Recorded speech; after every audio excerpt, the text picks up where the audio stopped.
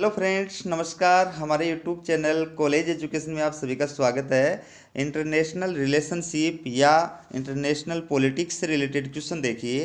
पहला क्वेश्चन है, सोवियत संघ के राष्ट्रपति मिखाइल गोर्बाचोव ने सोवियत व्यवस्था में सुधार के लिए कौन से दो सिद्धांत लागू किए थे? तो पहला है पेरेस्ट्रोइका, जिसको पुनर्निर्माण कहा जाता है। दूसरा है ग्लासनोस्त, जिसको खुलापन कहा जाता है। ये दो नीतियां लागू की थी। अगला क्वेश्चन है, बाल्टिक गणराज्यों के नाम बताइए।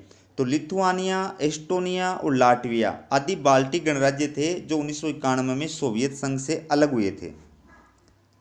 अगला क्वेश्चन देखिए, सोवियत संघ के अंतिम राष्ट्रपति का नाम बताइए।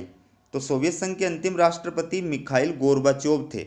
अगला क्वेश्चन है, सोवियत रूस के प्रथम राष्ट्रपति का नाम बताइए। सोवियत रूस के प्रथम राष्ट्रपति बोरिस येल्त्सिन थे। अगला क्वेश्चन देखिए, स्टार्ट सेकंड संधि पर हस्ताक्षर करने वाले नेताओं के नाम लिखिए। उत्तर है, स्टार्ट सेकंड संधि पर अमेरिकी राष्ट्रपति जॉर्ज बुश और सोवियत रूस के राष्ट्रपति बोरिस येल्त्सिन ने 1993 में मॉस्को में हस्ताक्षर किए थे। दोस्तों, स्टार्ट सेकंड क्या है, इसके बारे में वीडियो बनाया हुआ है, उसमें देखिए। अगला क्वेश्चन है, मॉस्को घोषणा पत्र। तो 14 जनवरी 1994 को सोवियत रूस के राष्ट्रपति बोरिस येल्त्सिन और अमेरिकी राष्ट्रपति बिल क्लिंटन ने एक घोषणा पत्र पर हस्ताक्षर किए थे, जिसे मॉस्को घोषणा पत्र कहा जाता है। इस घोषणा पत्र के तहत दोनों देशों ने एक दूसरे पर परमाणु प्रक्षेपास्त्रों का प्रयोग नहीं करने की घोषणा की थी। अगला क्वेश्चन देखिए, क्रायोजेनिक इंजनों का समझौता किन देशों के मध्य हुआ था? तो क्रायोजेनिक इंजनों का समझौता भारत और सोवियत संघ के मध्य हुआ था। अगला है, सुखोई 30 का समझौता किन दो देशों के मध्य हुआ था? उत्तर है, सुखोई 30 का समझौता भारत और सोवियत संघ के मध्य हुआ था।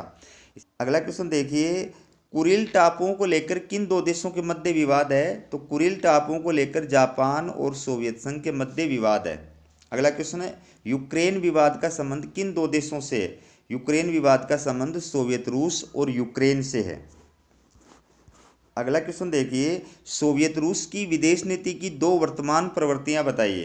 तो अमेरिकी वर्चस्व को चुनौती देना और अंतर्राष्ट्रीय राजनीति में अपनी भूमिका को बढ़ावा देना। अगला क्वेश्चन है, किस संगठन के साथ रूस ने शांति के लिए सहभागिता समझौते पर हस्ताक्षर किए थे? उत्तर है, सोवियत रूस ने जून 1994 में शांति के लिए सहभागिता के तहत नाटो के साथ समझौते पर हस्ताक्षर किए थे। अगला क्वेश्चन देखिए, उपनिवेशवाद से क्या नव उपनिवेशवाद से क्या तात्पर्य है?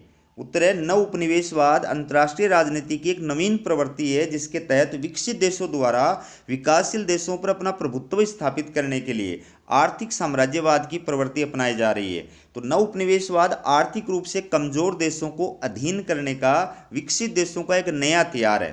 अगला क्वेश्चन है, किस घटना के बाद, लिखने में मिसप्रिंट हो गया, किस घटना के बाद अंतर्राष्ट्रीय राजनीति एक ध्रुवीय विश्व की ओर उन्मुख हुई?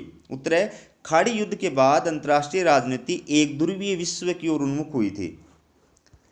अगला क्वेश्चन देखिए, वर्तमान अंतर्राष्ट्रीय राजनीति की दो समसामयिक नूतन प्रवृत्तियां बताइए। तो यूक्रेन युद्ध और बहुध्रुवीय विश्व व्यवस्था की ओर कदम। अगला क्वेश्चन है, आधुनिक अंतर्राष्ट्रीय राजनीति की ऐतिहासिक घटना किसे माना जाता है? उत्तर है, 3 अक्टूबर 1990 को जर्मनी का एकीकरण की घटना को आधुनिक अंतर्राष्ट्रीय राजनीति की ऐतिहासिक घटना माना जाता है। अगला क्वेश्चन देखिए, अंतर्राष्ट्रीय राजनीति में सक्रिय नवगठित संगठन कौन से हैं? तो कोई भी 4 संगठनों के नाम बता दीजिए आप। G8, G20, G15, BRICS, IBSA आदि अंतर्राष्ट्रीय राजनीति में सक्रिय प्रमुख नवगठित संगठन है। अगला क्वेश्चन है, एपेक के निर्माण का विचार सर्वप्रथम किसके मस्तिष्क में आया था? तो एपेक का पूरा नाम है एशिया प्रशांत आर्थिक सहयोग संगठन। तो एपेक के गठन का विचार सर्वप्रथम ऑस्ट्रेलिया के प्रधानमंत्री बॉब हॉक के मस्तिष्क में आया था। अगला क्वेश्चन देखिए, खाड़ी युद्ध के बाद नई विश्व व्यवस्था का सपना सर्वप्रथम किसने देखा था? उत्तर है, खाड़ी युद्ध के बाद नई विश्व व्यवस्था का सपना सर्वप्रथम अमेरिकी राष्ट्रपति जॉर्ज बुश ने देखा था। अगला क्वेश्चन है, अंतर्राष्ट्रीय राजनीति के बदलते परिप्रेक्ष्य में किसकी प्रासंगिकता पर प्रश्न चिन्ह लग गया है? उत्तर है, अंतर्राष्ट्रीय राजनीति के बदलते परिप्रेक्ष्य में गुटनिरपेक्ष आंदोलन की भूमिका पर प्रश्न चिन्ह लग गया है। अगला क्वेश्चन देखिए, मील कमीशन का संबंध किस समस्या से है? उत्तर है, मील कमीशन का संबंध फिलिस्तीन समस्या से है। अगला है, अरब इजराइल संघर्ष से संबंधित 3 मुद्दे बताइए।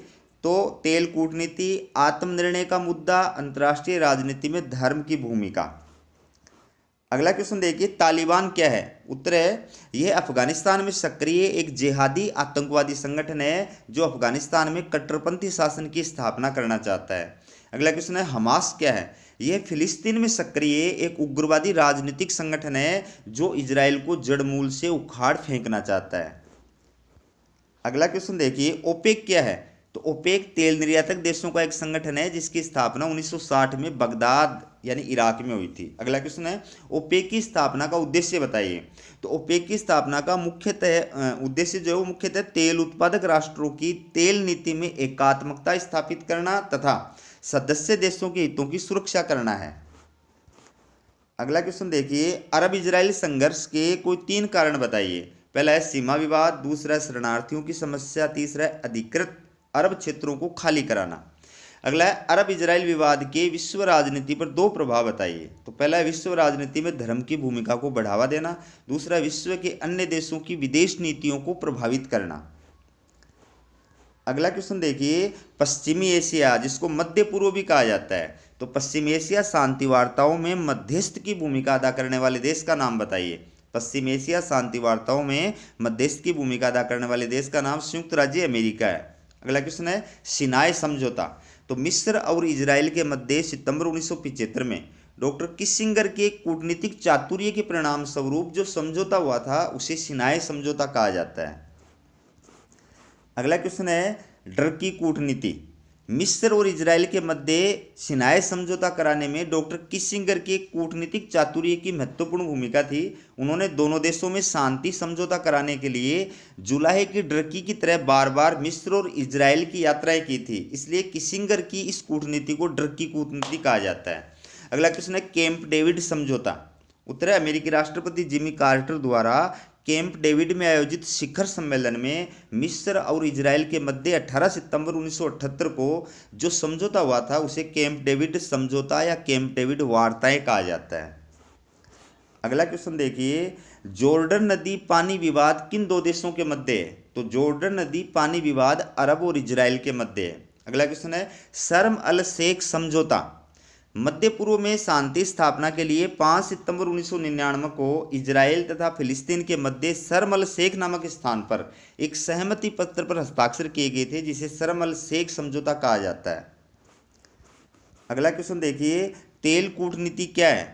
तो चतुर्थ अरब इजराइल युद्ध यानी अक्टूबर 1973 में हुआ था। तो चतुर्थ अरब इजराइल युद्ध में अरब देशों द्वारा पहली बार तेल को इजराइल के विरुद्ध एक हथियार के रूप में इस्तेमाल किया गया था जिसे तेल कूटनीति के नाम से जाना जाता है। अगला क्वेश्चन है तेल कूटनीति के अंतर्राष्ट्रीय राजनीति पर पड़े 2 प्रभाव बताइए। तो पहला है तीसरी दुनिया के राष्ट्रों पर विपरीत प्रभाव पड़ना, दूसरा विश्व मुद्रा संस्थान में संकट उत्पन्न होना।